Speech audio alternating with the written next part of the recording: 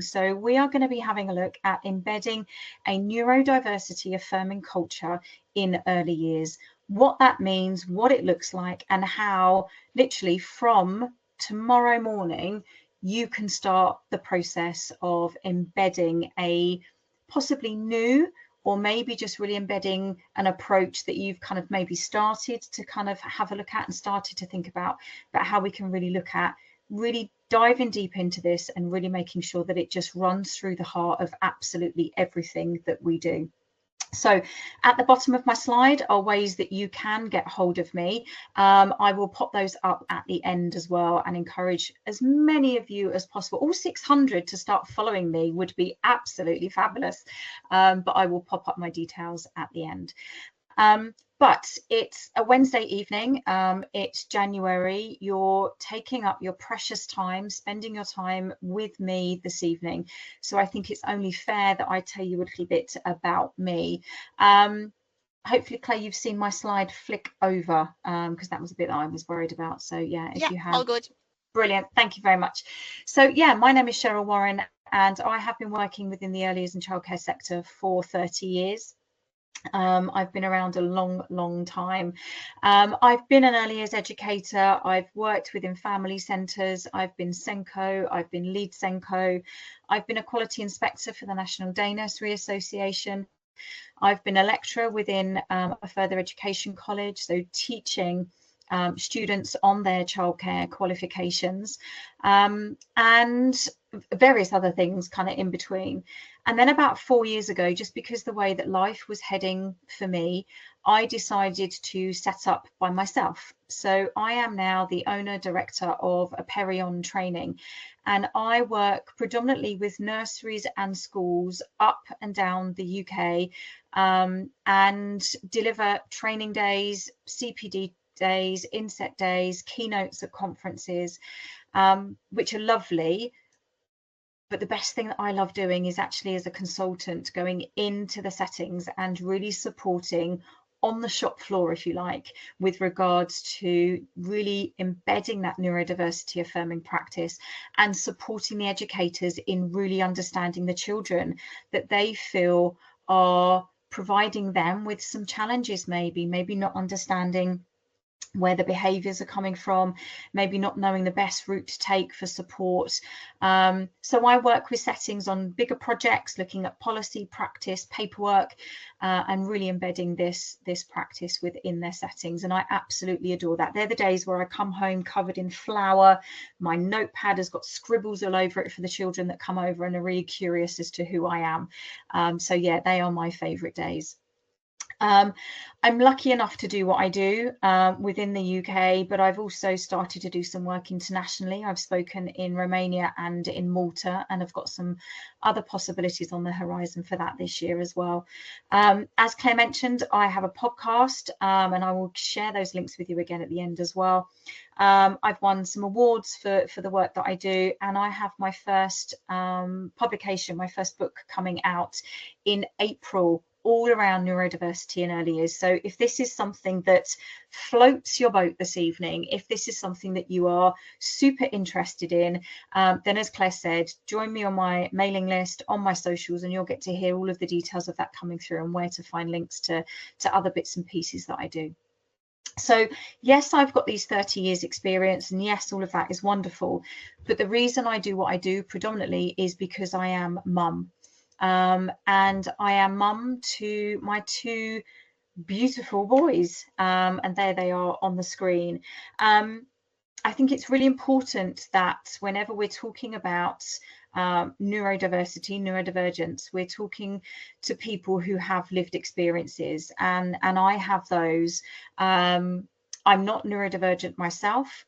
My children are. I am a neurotypical mum, raising neurodivergent children in a neurotypical world, and that world doesn't always understand, support, acknowledge, accept, and celebrate my children's differences. William on the left hand side, he is my 17-year-old. You guys are very lucky that you don't live anywhere near where I do, because he has his first driving lesson on Saturday. Clear the roads, I will be telling everybody. he's amazing. He's currently sitting or doing his A-levels. William was diagnosed autistic and with sensory processing differences when he was 6 years old, and life's been a bit of a journey. I am that parent that has to fight to get the support that my son needs within education. The support for people to understand who he is, how he responds to situations, and how he lives his life through the way that he processes information. And then on the right hand side is my little red-headed firecracker. Stanley is 10, and Stanley has high-level anxiety and is dyslexic. So for Stanley, he struggles in school because for school it's very much pushing the academia, the maths, the literacy, the guided reading, the spelling tests, the times tables tests.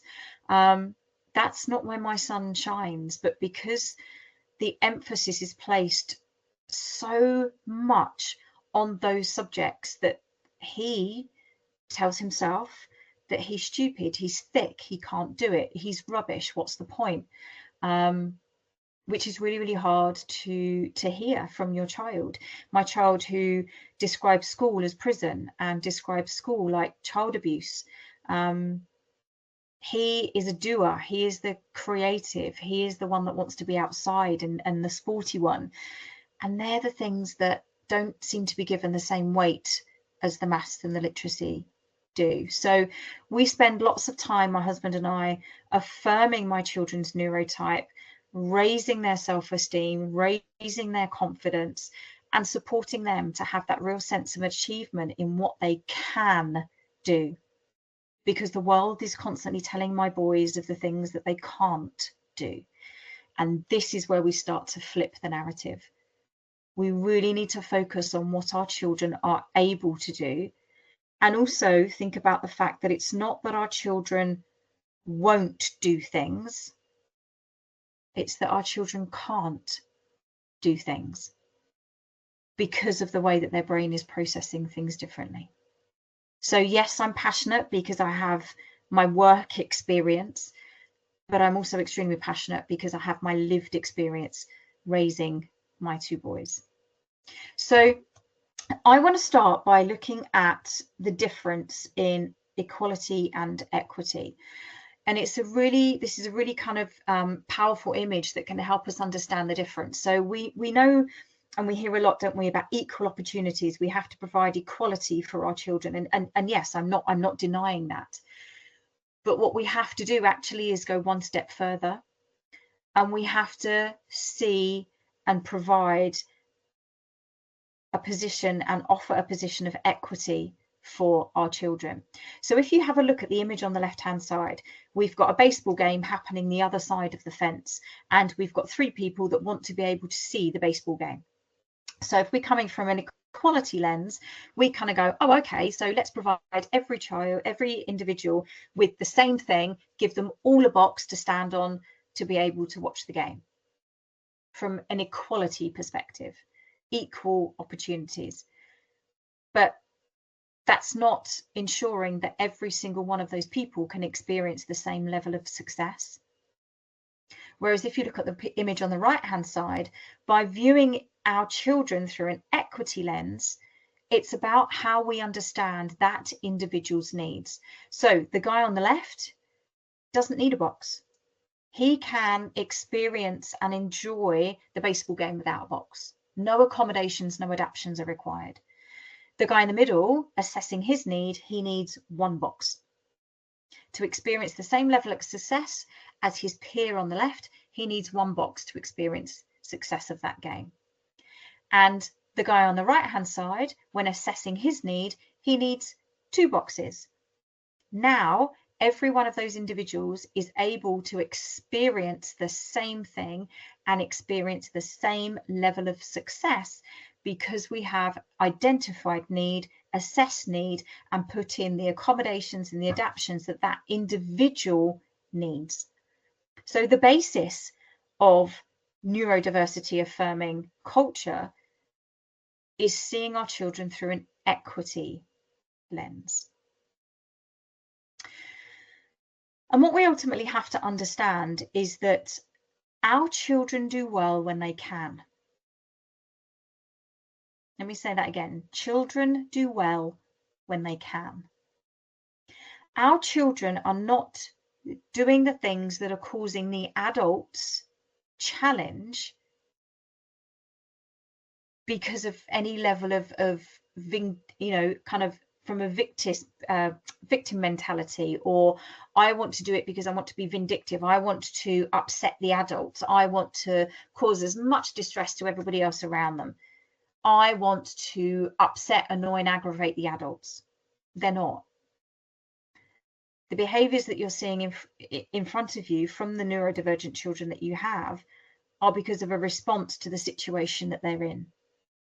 So ultimately, we have to provide an environment and a space where our children can. So again, it goes back to meeting those individual needs, understanding what those children need from us, what they need from the environment, how they are able to experience that success. Because when they do well, it's when they can. So let's provide that space where they can. And that's what we're going to be having a look at this evening. One of the things that we need to make sure that we've got that kind of flows through the bloodstream, if you like, of our practice when we're thinking about neurodiversity affirming practice is the notion of trust, connection, and belonging.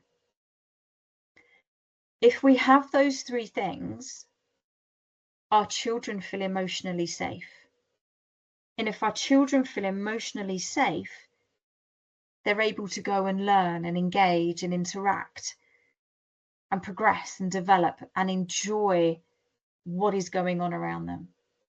So when I talk about trust, it's about the children trust the adults around them, but they also feel trusted by the adults. Trust that they can be their true authentic self, stims and meltdowns, as well as the joy. But there has to be trust. In our interactions and our engagement with our children, we have to trust them that what they're doing is the right thing for them in that moment. Trust that what they're doing is a response to what's going on around them. They're not just doing it to wind you up. Trust, that real joint trusting relationship. And we have to have connection with our children right where they are. Not connection that brings our agenda to them and forcing our children to be somebody that they're not. Connecting with our children because we think, oh, let's engage them in this intervention, in this activity, in this support program that might actually be there to make them more neurotypical or make them comply, rather than real, true, authentic connection, which validates and affirms the way our children play, the way our children communicate, the way our children are experiencing the world around them, and connection through just pure joy at the different way that they see the world. And then creating this real sense of belonging for our children, providing them with a space where they feel that they can truly belong and be themselves. And all of those things equal that level of emotional safety where they feel that they can be who they are. Just a bit of history for you, just to kind of put some context, I think, behind what we're doing and the changes that we're trying to make. Right back in the early 1900s, if you were left-handed, you were going to be forced to use your right hand. And quite often, your left hand would have been placed and tied around your back. Some people describe the fact that their left hand was beaten if they brought it out and started writing with it. Being left-handed was stigmatized. Being left-handed was linked to superstition, and being left-handed, individual children were seen as awkward or clumsy.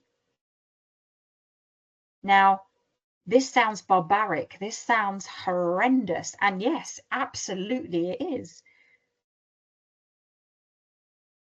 But it's around the punishment of those who are showing a difference. Now, this would not happen now. Of course it wouldn't. We now even have left-handed scissors. We've come a long way with regards to left-handed and right-handedness. It was a difference that was seen as a problem in the early 1900s. We're starting to make the shift with regards to neurodiversity, but we still have settings, we still have schools, we still have systems that view our children as a problem and are wanting to get rid of their differences because they don't quite fit in for the norm. They don't quite kind of work out, you know, we need to kind of have you be like everybody else because that's going to make life easier for me as the educator. We need to stop putting our children's hands behind their back and see that difference as okay. Because we've placed difference with problem, we've placed difference with deficit, we've placed difference with you need to be fixed or cured. And a neurodiversity affirming approach is not that. A neurodiversity affirming approach says different is okay. And if you have that running through policy, practice, provision, just as your strapline, you're going to go some way to embedding that neurodiversity affirming practice. So what do we mean by neurodiversity? So neurodiversity, the natural diversity of human brains, a range of differences in brain functionality. So 600 people registered on this webinar. We are 600 people who are neurodiverse. The 600 of us are neurodiverse. Some will think differently, learn differently, respond to situations differently. We are neurodiverse. Neuro, brain, diversity, difference. Okay. Now, some of the 600 of us are going to be neurodivergent. And those are individuals who are following a divergent, a different pathway. Those whose development diverges from the neuronormative. So they're following a different pathway of brain development. Different responses, different thinking, different processing. Different. So as well as the neurodivergent, we have those who are neurotypical. Those who are neurotypical are following the typical trajectory of brain development. So with the neurodivergent and the neurotypical, we are neurodiverse. So hopefully that makes sense. One individual is not neurodiverse. You're either neurodivergent or neurotypical. The collective are neurodiverse. So if we understand those things, we can then go and provide a neuro-inclusive environment, because we are going to include the individuals who present with those neurocognitive differences alongside their neurotypical peers. Not in a separate room, not away from the group. Inclusion alongside their peers. Inclusion, not the exclusion of our children. And if we provide a neuro-inclusive environment, you then as the individual educator will become a neurodiversity affirming educator.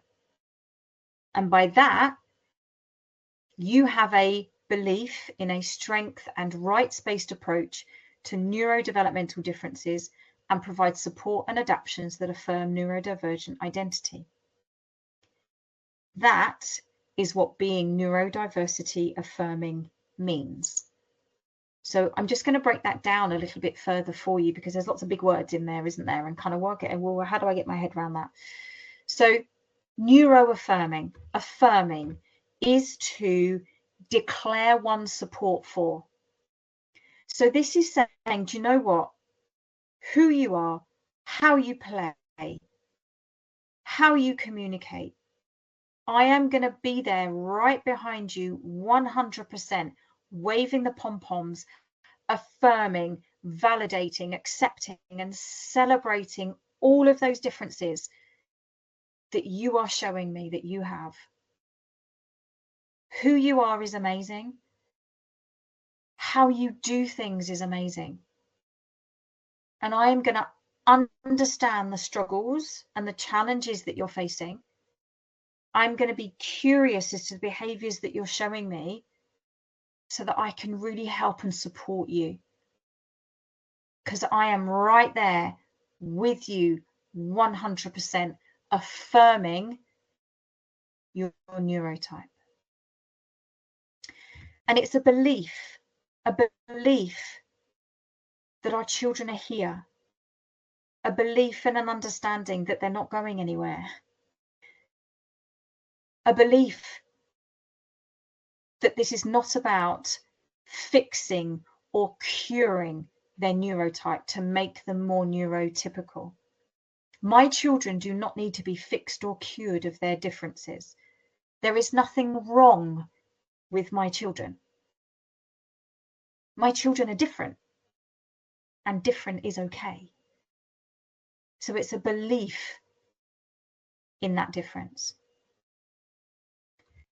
It's then focusing on the strengths. What can our children do? The amount of times I go into settings where I'm asked to go and help and support with a child in that toddler room, preschool room, reception class.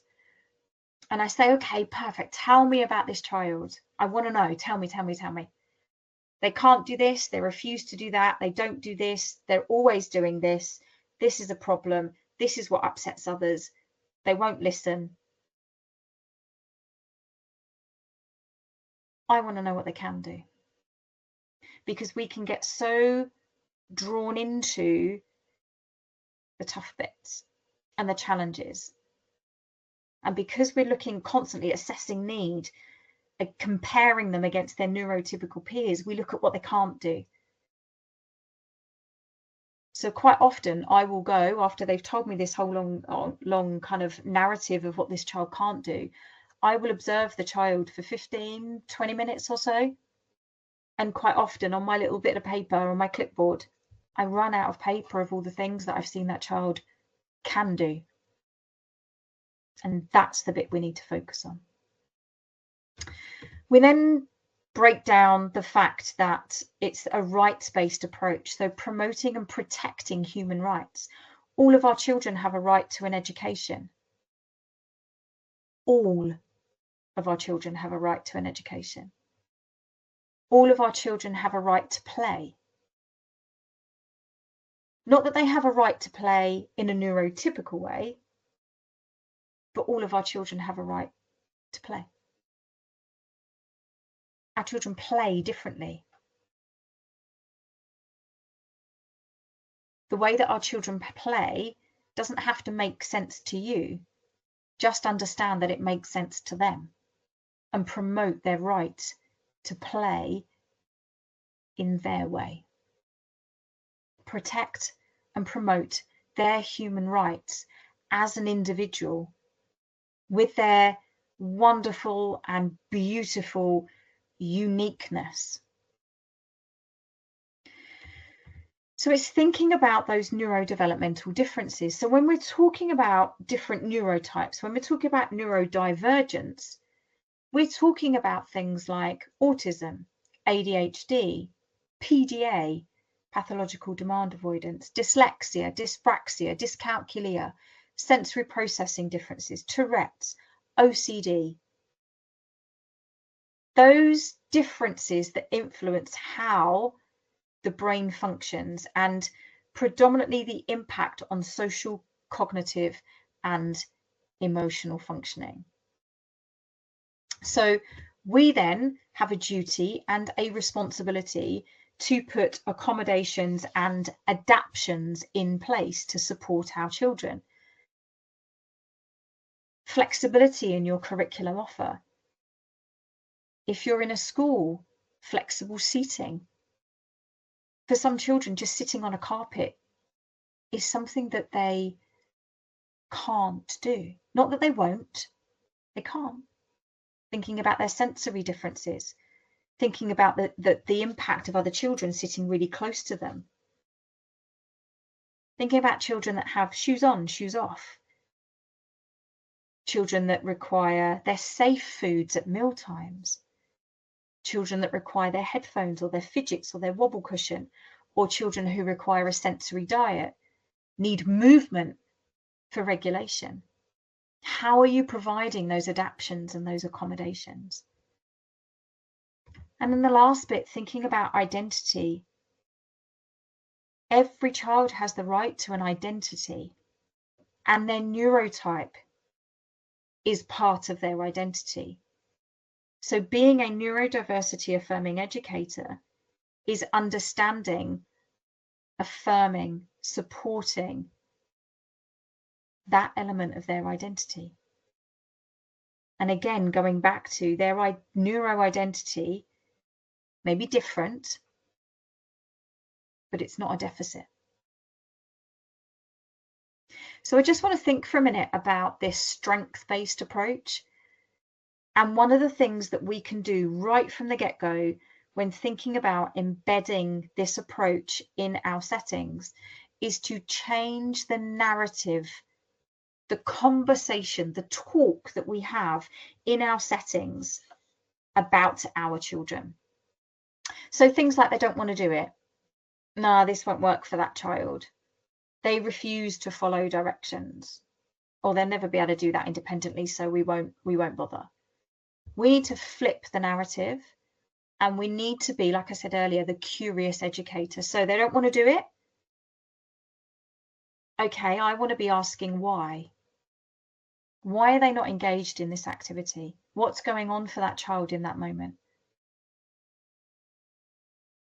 This won't work for the child, so we won't bother. Okay, so how can I reduce the barriers that they're facing so that they can experience that success? They refuse to follow directions. All right, so what makes following this direction difficult for them then? Again, let me be curious. Let me be that detective. Let me find out. And they'll never be able to do that independently. They just won't. Okay, so what support do they need to experience success? The statements on the left-hand side really focus on the fact that the child has to change. The statements on the right, you as the adult need to make the accommodations. The statements on the right very much reflect the neurodiversity affirming approach. And then some other ones that I hear quite a lot. George is showing some red flags. Somehow our children are being linked to dangerous seas. Our children aren't dangerous. We need to stop talking about red flags. Emily is obsessed with letters. Again, has that real negative connotation, doesn't it? Jake is so rigid and inflexible, and I've seen that written on reports. And Valentina has poor eye contact and is difficult to engage. So again, let's flip the narrative. George actually is displaying some emerging traits of a neurodivergent profile. Fact, I've observed some differences. Emily is obsessed with letters. No, she's not. She's passionate and has a special interest in letters. Jake is so rigid and inflexible. No, he's not. He thrives in predictable situations and finds safety in the familiar. And then Valentina has poor eye contact and is difficult to engage. Actually, she engages best with others during child-led play and low pressure interactions. We need to flip the narrative. We need to see our children through this strength-based affirming lens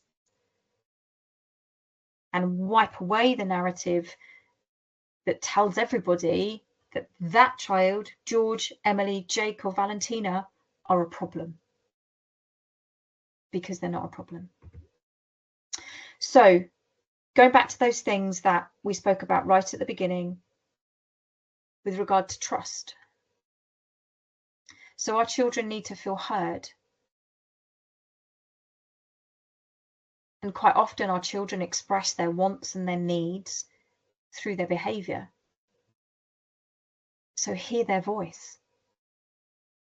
It might not be verbal communication, but they're telling you that something's not right.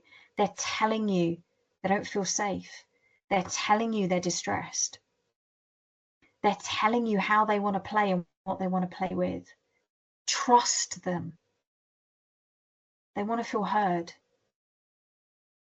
They want to feel known, and they want to be known, and known for who they are, not just the problems that they're causing people. To feel trusted is to feel understood. It's about feeling validated, and it's about feeling safe. Provide that for your children. Have an ethos, have a vision that is steeped in a trusting approach. And then connection. Our children need to connect with others. Our children want to connect with others. You might think that they don't. You might think those children are maybe a little bit aloof, or they're not joining in with others, or there's no language. They're pre-verbal. They're still seeking connection. They'll just show it differently. And our children need connection for regulation, for validation for who they are, for safety, that emotional safety. They need connection for growth and progression, because connection and trust come together. And if they connect with the adults with them, that trusting relationship will be built and developed.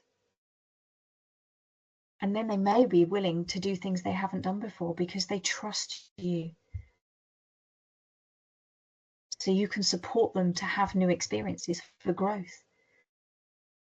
And that connection is needed for support and ongoing support. We need to provide that sense of belonging for our children. And a great quote by the wonderful Brené Brown says that the opposite of belonging is fitting in. I don't want my children just to fit in, because if they're fitting in, they're hiding who they are. And if they're hiding who they are, they're masking. And if they're masking, that has huge implications for long-term mental health and well-being of my children. I don't want my children to fit in. I want my children to have that true sense of belonging through connection and trust with the adults that are there to care for them. And then having all of those things means that our children feel that sense of emotional safety in the environment with others during those really, really tricky transitions and within the routine and the flow of the day. They need to be the basis and the foundation of your neurodiversity-affirming approach for your children. So be curious. Ask the why question. Get to know your children by being curious. Why are they doing that? Why are they behaving that way? What's going on for them? What do they need from me? What barriers are they facing? What do I need to break down for them? How can I enable that child to experience success? Not just to fit in, not just to do okay, not just to survive, but to thrive within their early years. Now, the same applies to your neurodivergent staff team, because neurodivergent children become neurodivergent adults. So when we're thinking about validating, affirming, celebrating who they are, we need to do that for our staff too. And just sitting down and having those conversations with your team. How can I support you? What do you need? How can I enable you to thrive here as a member of my team? That member of staff has disclosed to you their different neurotype, or if they're figuring it out with you, you're on a journey together, how can you support them? And here are just a few things that you can do to provide maybe some examples for them, or adaptations and accommodations that you can offer them. So staff rooms, lunch times in staff rooms, they can be really smelly, overwhelming, busy, not friendly sometimes spaces. Sometimes our neurodivergent staff need that lunch break, not just to eat, but to reset, breathe, decompress from the overwhelm of the morning, to then go back and function and be able to do their job effectively in the afternoon. But if that member of staff is going into that staff room on the last lunch break, that room might be really smelly because of everybody else's lunch that's been had beforehand. Is there a space where that member of staff can just go and sit in a corner, surrounded maybe by some cushions or a beanbag, knowing that it's safe for them to sit there with their headphones on, not talking or engaging with anybody, and knowing that they're not going to come across rude to people?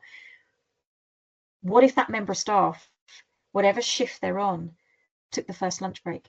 So the staff room's not smelling, there's less people in there, and allows them time to decompress and reset.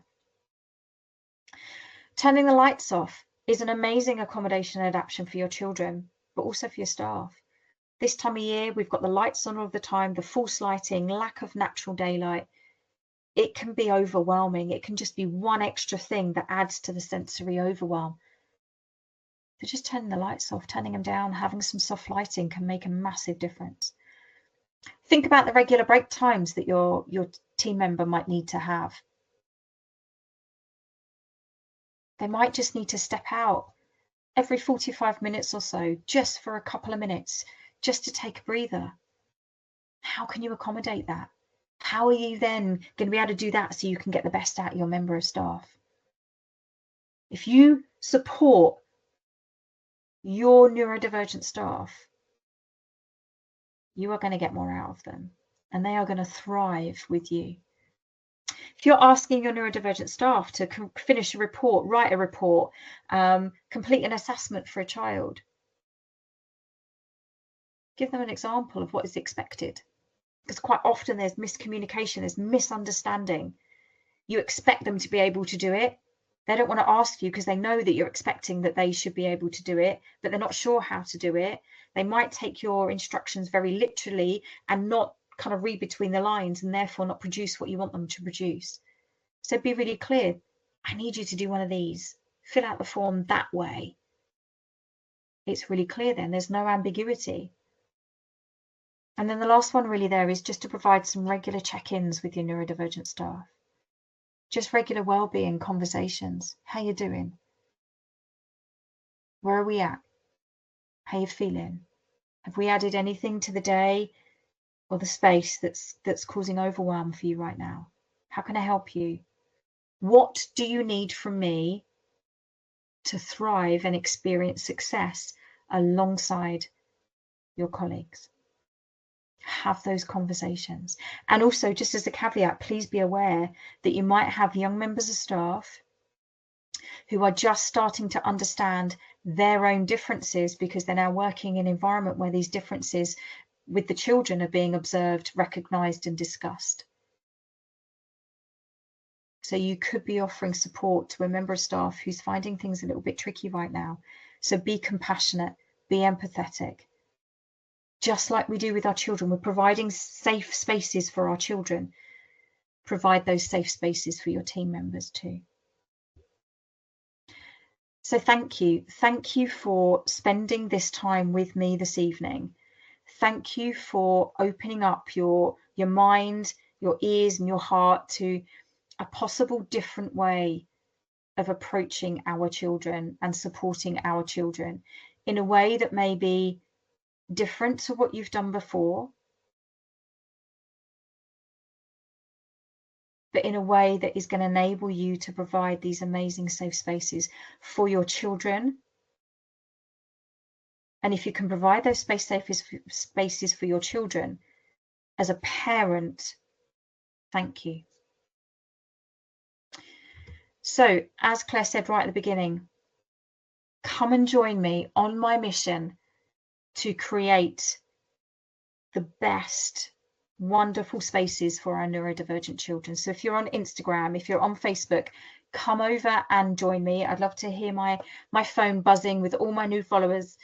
I put lots and lots of extra information up there, so you can learn more, you can understand more, you can take on more information to help you to embed this within your settings. Take a note of my website. There are lots of free downloads on my website, the trust form that Claire alluded to earlier, as well as an environmental audit, blogs, all sorts of other bits and pieces up there as well. And yeah, join my podcast. I'm over on Spotify and Apple, not your typical podcast. I have conversations with amazing neurodiversity affirming professionals, occupational therapists, speech and language therapists, neurodivergent adults, parents raising neurodivergent children with a range of different neurotypes. I've learnt loads, and I know that you will too. So yeah, get in touch, come and join me on my mission to make a difference. And if there's any questions or anything that we don't get through this evening, or anything you want to follow up afterwards, then you know where to find me. So thank you very much.